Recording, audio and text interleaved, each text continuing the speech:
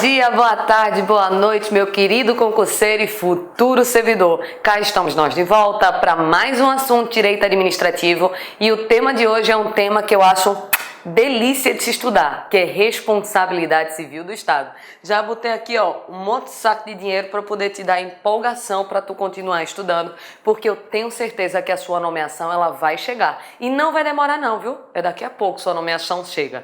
Então, o que a gente vai ver aqui na parte de responsabilidade civil? Vamos falar na responsabilidade por ação, por omissão, subjetiva, objetiva e várias outras coisas. Antes de tudo, vamos dar uma olhada em um conceito dessa responsabilidade civil do Estado. Veja bem.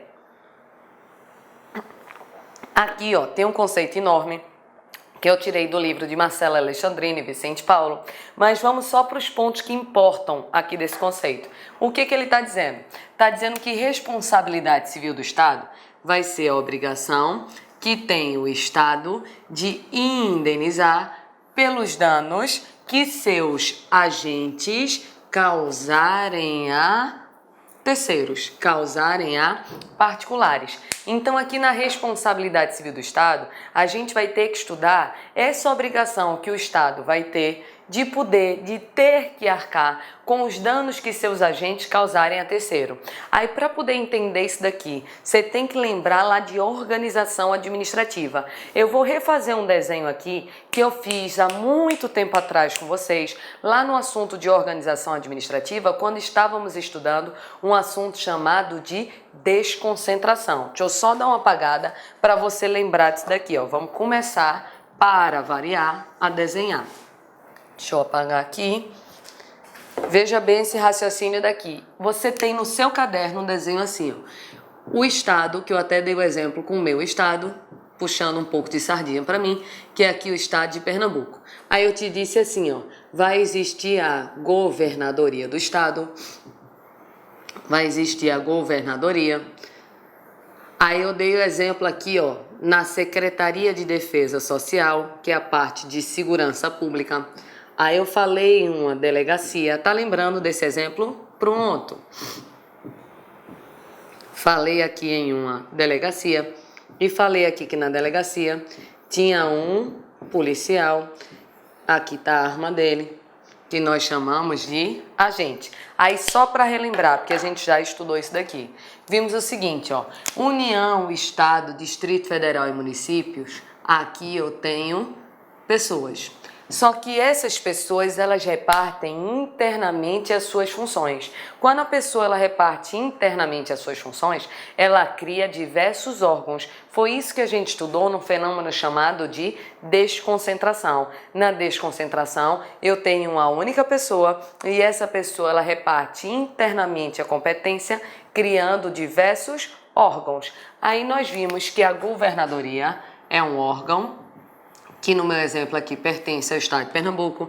A SDS também seria um outro órgão. A delegacia seria um outro órgão.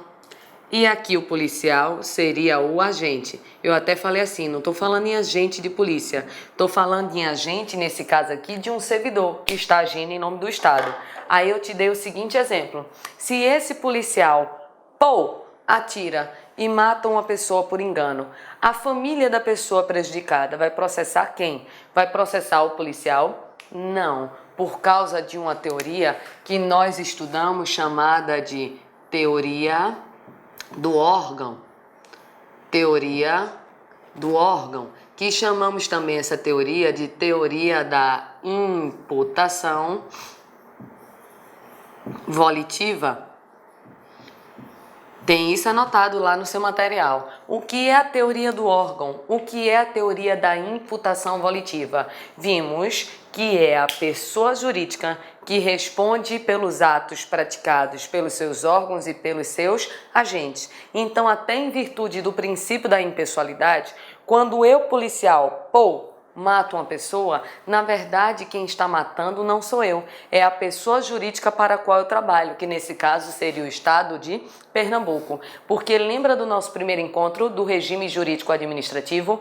Com essa impessoalidade, os atos eles não são praticados pelo agente, porque ele não pode realizar nenhum tipo de promoção pessoal. Então, vimos nas aulas passadas que é a pessoa que responde pelos atos praticados pelos seus órgãos e pelos seus agentes.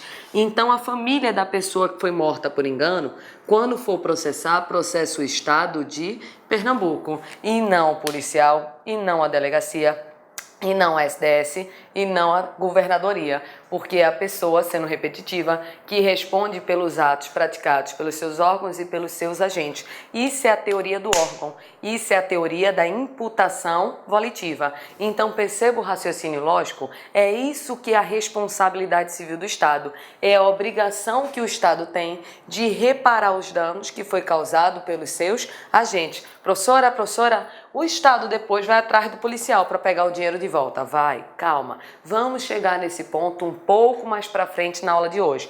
Por enquanto, até aqui, beleza? Vou apagar o desenho. Anote aí o resto do desenho, se bem que esse desenho aqui você já tem, né? Porque antes de começar a falar da responsabilidade em si, eu quero fazer uma evolução histórica. Veja só. Deixa eu apagar essa parte. E eu quero testar a sua memória com uma pergunta que eu vou fazer para você.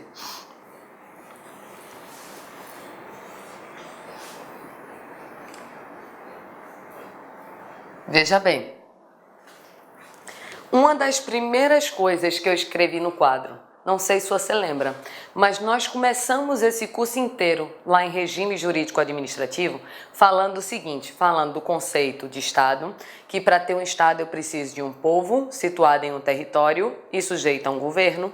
Isso são os elementos do Estado. Formei o Estado ele começa a desempenhar algumas funções. Função administrativa, função executiva, função administrativa, função legislativa e função judicial. Então, são as três funções do Estado. Função de legislação... Olá, meus amigos! E aí, gostou da aula do professor? Grande professor. Estou aqui para dar um recado rapidinho. Quer assistir essa videoaula? Aliás, você quer fazer o nosso curso completaço, super competitivo, o melhor custo-benefício do mercado para o Tribunal Regional do Trabalho da 20ª Região, lá de Sergipe 2016? Então, acesse lá concurso.com.br, que eu tenho absoluta certeza que você vai ter aí, vai se matricular, e eu tenho certeza que você não vai se arrepender. Aqui, repito, o melhor custo-benefício da internet. Por quê? Porque nós temos professores aí de excelência, professores de altíssimo gabarito e, principalmente, nós temos o personal coach. Personal é pessoal e coach é treinador. Então, aqui você estuda em regime de metas. O seu treinador pessoal, todo dia você vai ter uma meta e essa meta vai ser decisiva na sua aprovação. Cumpra com as suas metas de estudos, cumpra com a sua obrigação de fazer as atividades pedagógicas, que você vai ficar competitivo e vai fazer uma grande prova, tá certo? Espero você, um forte abraço. Já esqueceram, você quer o material dessa aula, vai lá no nosso site, baixa lá, clica lá em documentos, faz o download do material gratuitamente. Forte abraço, fique com Deus e espero vocês aqui no LAC Concursos.